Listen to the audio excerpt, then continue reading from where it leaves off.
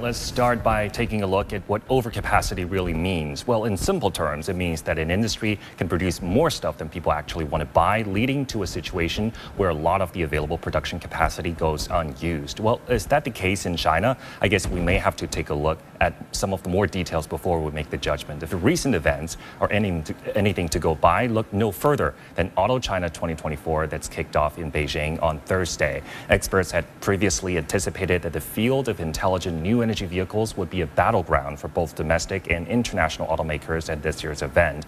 As expected, the global trend towards electrification and intelligence in the auto industry has been driving mainstream domestic and international automakers to showcase their latest technologies and products at the exhibition. According to official figures released by the event's organizers, a total of 278 new energy vehicle models were unveiled at the show, indicating the accelerated electrification efforts among automakers.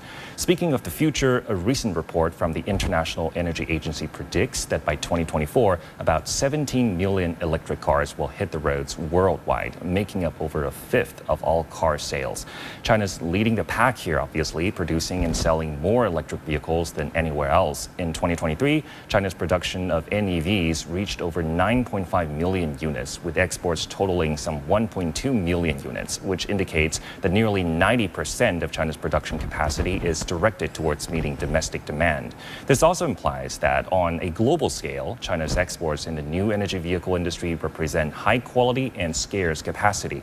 And if we look at the broader range of China's clean technology products, which include EVs, solar panels, and lithium batteries, these only comprise a small share of China's exports, roughly 4.5% last year. Official data from China's General Administration of Customs shows that China's export of goods reached 23.77 trillion yuan, or about 3.35 trillion US dollars in 2023. Within that, the export of electric vehicles, lithium batteries, and solar panels totaled 1.06 trillion yuan. China also earned less export revenue from EVs in 2023 than from products such as suitcases, backpacks, furniture, and toys.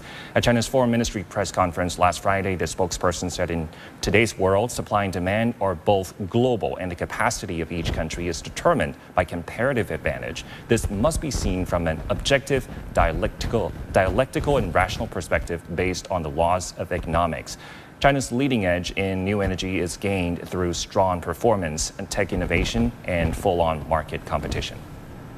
And Kaiyi, what's the future outlook then for the global renewable energy industry? Well, according to the International Energy Agency, global renewable energy capacity grew by 50% to 510 gigawatts last year, and the fastest pace recorded in the last 20 years. This could put the world within reach of meeting a pledge agreed at the COP28 climate talks in November to triple renewable energy capacity by 2030 to significantly reduce consumption of fossil fuels.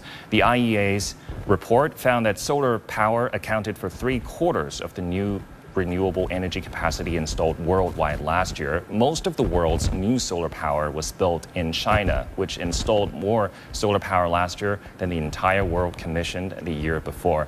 The report also mentions that record growth rates across Europe, the US, and Brazil have put renewables on track to overtake coal as the largest source of global electricity generation by early 2025. And by 2028, it forecasts renewable energy sources will account for more than 42% of global electricity generation, tripling global renewable energy by the end of the decade to help cut carbon emissions as one of 5 main climate targets designed to prevent runaway global heating alongside doubling energy efficiency, cutting methane emissions, transitioning away from fossil fuels, and scaling up financing for emerging and developing economies. Some experts say the most important challenge right now for the international community is rapidly scaling up financing and deployment of renewables in most emerging and developing economies, many of which are being left behind in the new energy economy.